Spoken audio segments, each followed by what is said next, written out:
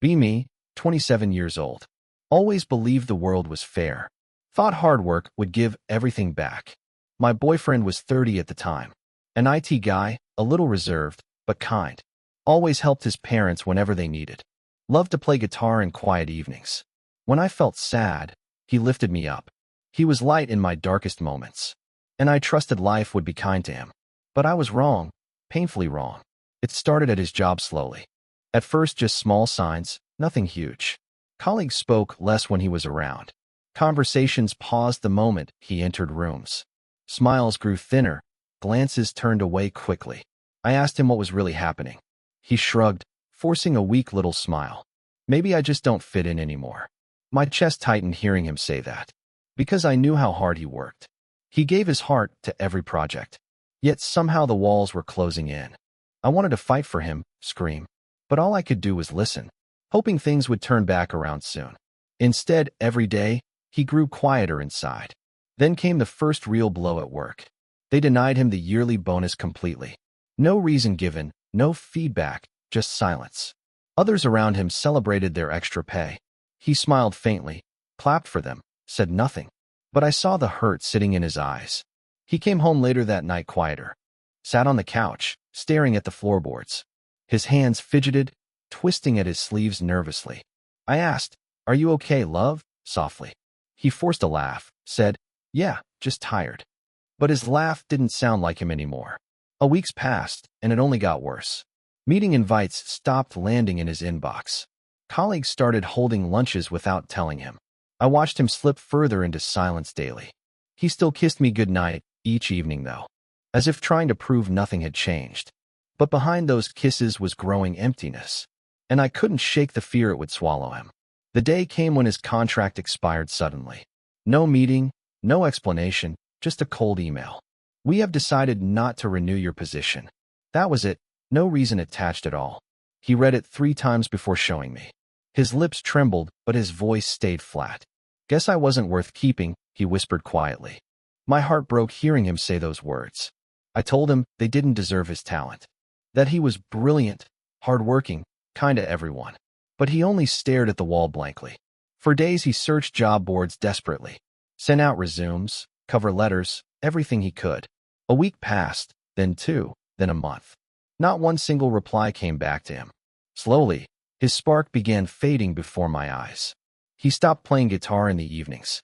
Sold his books, then even his laptop. Every item gone felt like losing part of him. And I could see his shoulders carrying more weight. A weight that was crushing the man I loved. Money started slipping through our fingers too quickly. Rent deadlines circled closer with every empty week. He refused to let me carry the burden alone. So he took the first job he could find. Food delivery, long hours running through frozen streets. From coding lines of software to carrying heavy bags. Winter wind cut into his skin mercilessly each night. His hands cracked, knuckles raw and bleeding. His cheeks red, eyes tired, lips pale and chapped. Yet every time he came home, he still smiled. "Don't worry, I'm fine," he'd insist softly. But I saw the truth in his silence. The way he collapsed onto the chair exhausted. The way he stared at nothing for minutes. Sometimes I caught him holding his old photo frame. The one of us back when life felt easier. He'd touched the edge of it gently, almost afraid. As if scared even memories might slip away. And I couldn't stand how unfair the world was. How quickly it erased a man who harmed no one. His apartment began to feel emptier each week. Shelves once filled with books now stood bare. The guitar he loved playing was gone too. Even his laptop, the tool of his career, sold. All that remained was a table, 2 chairs, and one framed photo of us smiling together. I kept bringing him food, small comforts, little things. But he barely touched them, appetite fading away slowly. He would sit on the same wooden chair for hours, staring past me, not really seeing anymore. His voice, once warm, grew quieter every day, until it felt like I was speaking into silence. One evening, I sat beside him, desperate.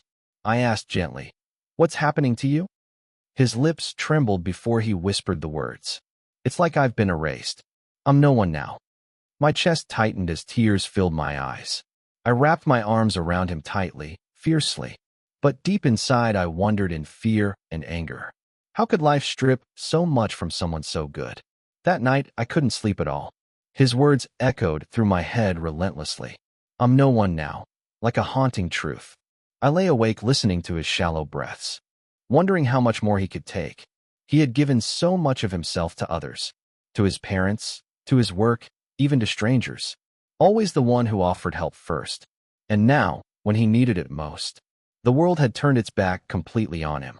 In the morning, he forced a smile again, carried his delivery bag over his shoulder, whispered, "See you tonight," before closing the door. I watched him from the window as he walked away. Shoulders hunched, jacket too thin for the cold. My chest ached as if someone gripped it hard. I wanted to scream at life for its cruelty, to shake him, to remind him he still mattered.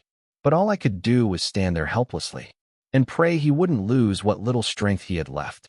Days blurred together in a gray routine. He left early, came back late, always exhausted, his hands red and cracked from the winter wind. Sometimes he'd sit by the heater, unmoving for hours. I tried to fill the silence with my words, told him stories, shared jokes, reminded him of dreams. But his eyes rarely lit up anymore. It was like he was slipping somewhere far away. One evening, I brought his favorite meal with me, placed it on the table, hoping for a smile. He looked at the plate, then back at me. "You don't have to keep doing this," he whispered. "I don't want to be a burden on you." My throat tightened, tears pressing behind my eyes. "You're not a burden, you're everything," I told him. But he only gave me a faint, tired smile. His silence afterward screamed louder than any words, and I realized he was vanishing piece by piece, like watching someone fade while still sitting beside you. And I didn't know how to stop it. I started visiting him almost every evening, sometimes with groceries, sometimes just to sit near. His apartment felt colder with every passing day. Curtains closed, air heavy, silence wrapping every corner. He no longer reached for books or music. The man who once filled nights with guitar songs now stared into nothing, lost in an invisible fog. I tried to ask about jobs, about interviews, but each time, his eyes dropped to the floor. "No one calls back," he murmured, barely audible. "It's like I don't even exist anymore." The words hit me harder than I expected. I wanted to shake him, tell him he mattered. But instead, I just held his hand tightly, felt how cold his fingers had become. He leaned back in the chair with a sigh. "Maybe this is all I'm meant for now." That sentence cracked something inside my chest. Because this wasn't just sadness anymore. This was a man losing his will to fight. One evening, I found him sitting in the dark. No lights on, no sound, just stillness around him. He didn't move when I entered the room, only lifted his head slowly, eyes empty, tired. "Do you ever feel like life deletes you?" he asked. My breath caught. I froze at his words. "Like someone pressed erase, and you're gone already." His voice cracked, trembling as he said it. I dropped my bag, knelt down beside him instantly, wrapped my arms around him without hesitation. My heart pounded so hard it hurt my chest. "You're here. You're real. You're not erased," I whispered. But deep down, fear curled tighter inside me. Because he believed it, he truly felt invisible. And no hug or words could undo that pain. I held him tighter, rocking gently back and forth. Tears burned my eyes, but I stayed strong for him. All I could think was one question: how fast life can strip everything from someone good? How can kindness mean nothing in a world this cruel? After that night, I couldn't look at him the same. Every smile he forced felt like glass breaking. He still tried to joke sometimes, for me. But his laughter was hollow, thin, barely there. I caught him staring at his empty shelves often. Where his books once stood, only dust remained. Where his guitar once leaned, there was silence now. Even his desk felt like a graveyard of memories. He avoided mirrors, as if afraid to see himself. And when he did, his shoulders slumped further. I whispered prayers quietly when he wasn't near, asked the universe to give him back his light. But each day seemed to pull him deeper down. Friends stopped calling, colleagues disappeared entirely. It was just me left holding the pieces together. And though I tried, I knew I couldn't be enough. One night I dreamed he was gone completely. I woke up shaking, clutching his side of the bed, terrified that one day, it wouldn't be just a dream. I started noticing smaller details that cut deep. He stopped answering texts from old friends entirely. Messages piled up, unread, collecting dust on his phone. He no longer shaved. His beard grew uneven, rough. His hair unwashed, falling into his tired eyes. Clothes that once fit neatly hung loose on him. He moved slower, as if gravity pressed harder on him. Sometimes he forgot meals unless I brought them myself. I'd place food in front of him silently. He'd nod, whisper, "Thank you," and stare again. Once he apologized for existing in my life. The words crushed me more than anything else. "I'm sorry you have to see me like this." I grabbed his hands, shaking, tears in my eyes. "I don't care about things, I care about you." But he only smiled faintly, eyes drifting away. It was like he was already slipping out of reach. And all I could do was cling harder, praying he wouldn't vanish completely before my eyes. Winter pressed harder, and so did his silence. Nights grew longer, colder, heavier inside his room. I brought him blankets, hot tea, warm food. But he barely touched any of it anymore. He sat by the window, watching empty streets. Breath fogging the glass, eyes vacant, almost gone. Sometimes he muttered words I couldn't catch fully. Just fragments like pointless or nothing left. My chest squeezed every time, fear biting sharper. I wanted to scream, to shake him awake, to remind him he was still here, still mine. But he was locked behind an invisible wall. One evening, I placed my hands on his face, forced him to look me straight in the eyes. "You are not gone," I told him fiercely. "You matter, even when the world is cruel." He blinked, a tear slipping down quietly. Whispered, "Then why does it feel like I'm erased?" And I had no answer, only more tears. That question haunted me for days afterward. Why does kindness so often go unseen? Why do good people carry the heaviest burdens? He gave everything to others without hesitation. Yet when he needed help, no one came. The unfairness of it burned like fire inside me. I wanted to write letters to his company, to shout his worth into every empty hallway, to remind the world of the man they erased. But all I could really do was sit beside him, to keep showing up again and again, hoping he'd believe my presence meant he wasn't gone. Some nights I told him stories until he slept. About our first date, our inside jokes, our plans. His lips would twitch into the faintest smile. For a second, the boy I loved returned. But then the silence swallowed him again quickly, and I was left holding only his shadow, wondering how much longer before even that disappeared. One night, I found him clutching our photo, the one we took years ago, smiling carefree. His thumb traced the outline of my face slowly. He didn't notice me at first standing there. When he finally looked up, his eyes were glassy. "Do you ever miss who we used to be?" he asked. My heart cracked wide at the sound of it. "We're still us," I said quickly, too quickly. But even I heard the shake in my voice. He looked back at the picture and sighed deeply. Back then, I felt like somebody, like I mattered. My throat closed, tears burning hot behind my eyes. I wanted to scream that he still mattered now, that to me he was everything, always would be. But I knew my words were fighting ghosts. Ghosts of the man he once believed he was. I wrapped my arms around him, clutching tightly, afraid if I let go, he'd vanish too. And in that fragile moment, I realized I was holding on for both of us. The days that followed felt unbearably heavy. He barely spoke, his words reduced to whispers. Sometimes whole evenings passed in complete silence. Only the ticking clock filled the empty air. I tried everything, his favorite songs, old movies, even silly jokes I knew by heart. For a moment he'd smile, then drift away again, like a wave pulling him back into the dark. I wanted to believe my love was enough.